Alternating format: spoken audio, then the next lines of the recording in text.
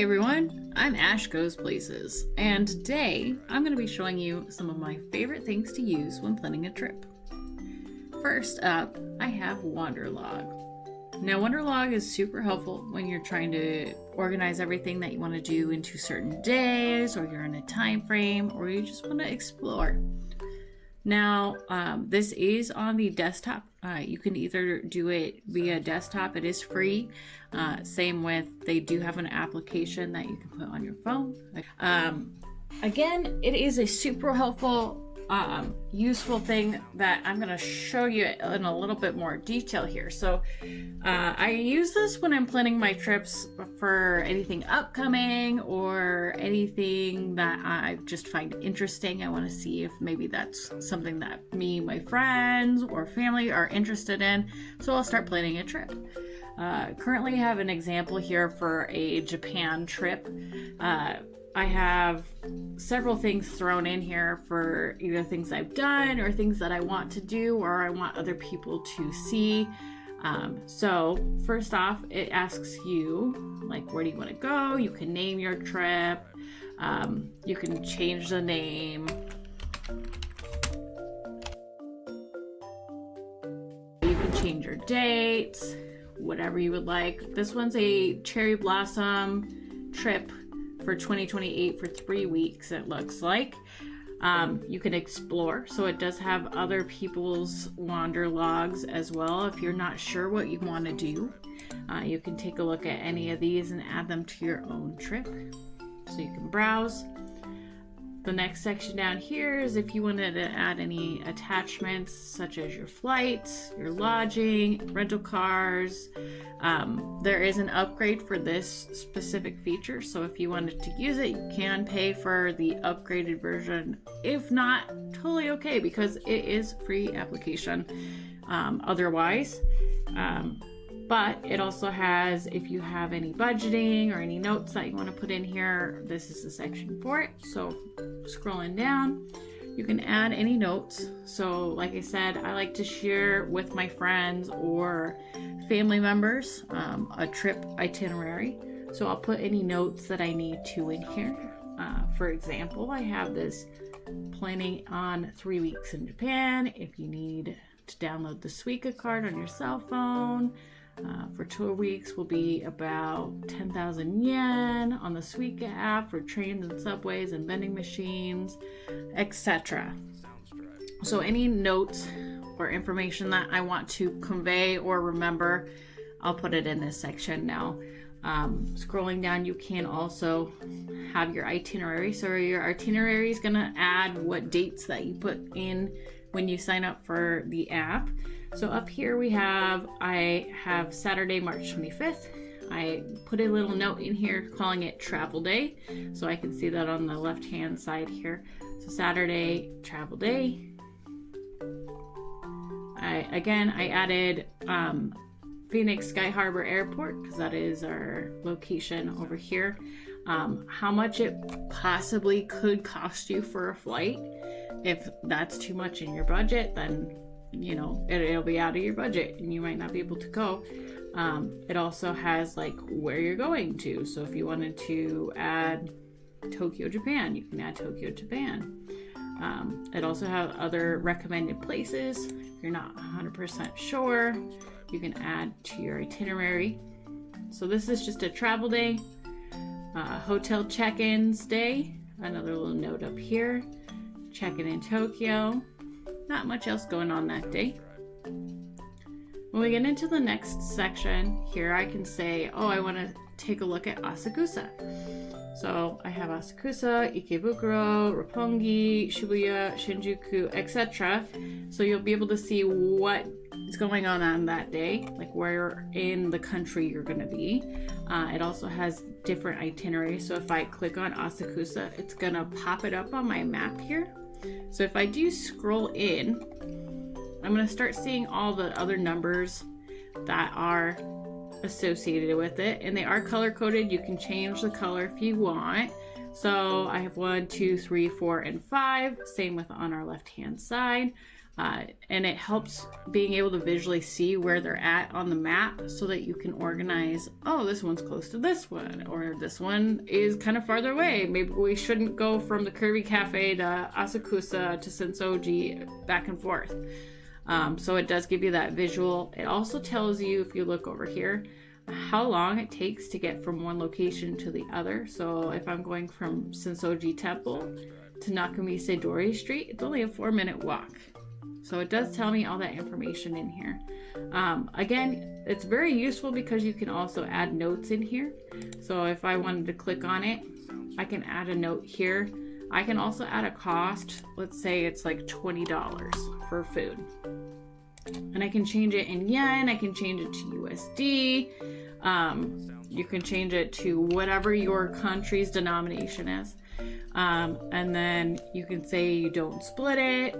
You can change it by everyone, or everyone's gonna, pay for their own. So I can add that. It'll add to our cost at the end. It'll tell us how much the total trip is gonna cost you. Like I said, you can add extra places from the recommended section here too, which is kind of cool. So you can take a look and see, you're like, oh, maybe that's interesting. Let's click on that. You'll pop it up on your map and it shows you, because it's in that same area. So if you wanted to, you could take a look in here. It does tell you a little bit of information on it. This is all powered by Google again. And if you wanted to add it to your trip, you just click this button and it adds it to your trip. So it may not be on that same date because it went all the way up to the travel day. So you may just want to double check it goes to whatever day you're wanting to go to. So we'll change it to this date, and now you can see it's there. You can also reorder it. So again, remember, we can see it on the map and you're like, oh, that's kind of weird out of the way. So we want it to kind of be number 4 because it's in the way. You just grab and pull it up. Oops, that was Kirby Cafe. We'll fix that. And there you go. It tells you your route. You've got that information in here. See Tokyo Sky Tree, etc. All of that information. So that's one way you can use it. You can add those places on there. Again, it has all those recommendations for you. And again, if you're not 100% sure, everything at the bottom has your budgeting. So anytime you put those notes in there of how much something's going to cost, it adds it to this little section here, and then it breaks it down on expenses. So Team Lab, if you want to go to the aquarium, Ghibli Museum, Cup of Noodles Factory, estimate for the cost of the plane. So overall, for one person, it's about $2,113. Now, I didn't add any information on like a hotel, but I did add information on like the bullet trains and such like this. So it could be a little bit more expensive depending on what hotel you also want to add. You can also add a trip mate. So if I wanted to add somebody, they can also see all this information. They can plan with you, or they can just view it as well. So if you wanted to do all this, it does have that wonderful breakdown. You're like, oh, okay, well, that might be a little bit out of my budget. So you can also delete them. They do have that little trash can on the side. So this is a wonderful, wonderful thing that I, again, use every single time I'm planning a trip.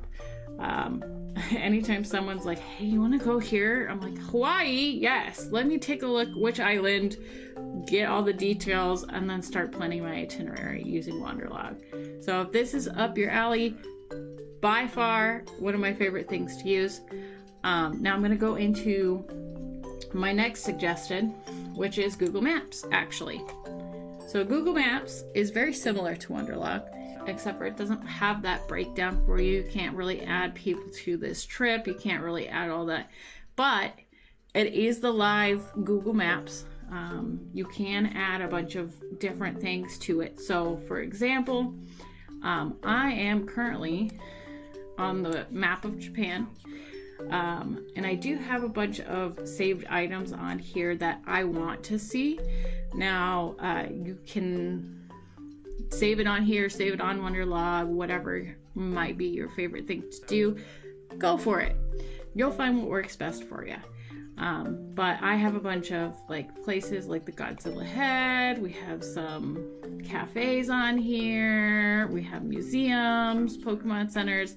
So whatever you like to do, you'll look it up on Google, and then all you have to do is just, let's say you want to see Tokyo Tower. Some of these do have those 3D images of it, so you could take a look at it, like what it looks like around it. I suggest clicking on the place so that you get this left-hand bar here.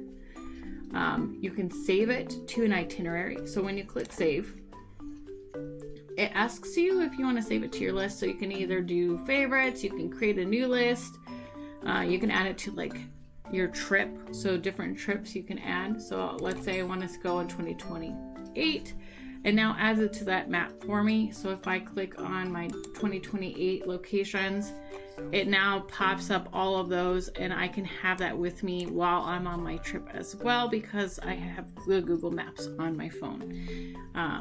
Also, it tells you, like, you can add a note as well on here. And yeah, lots of things to do. Lots of little dots, as you can see, that I've already put on here. So if you find things that you're interested in, just put a little dot on there. Maybe you're just like trolling on Google. You're like, all right, let me take a look. Let me see what's in this area. Oh, I kind of like that. I kind of like that. And then maybe you just transfer that over to Wanderlog. That way you get it a little bit more organized, get it into what categories, what days, what times, how much it's going to cost you, and then you can use these side by side just to see like what it's going to cost you in general, if it's doable, if you're able to walk it, if you need a train, etc. So these are my 2 suggestions for you. I hope that they were super useful. Please let me know in the comments. If you like this video, please like and subscribe. I am a new YouTuber, and I really appreciate all your guys' feedback. If you guys have any suggestions on what you like to use, also place those down in the comments below, and I will see you next time.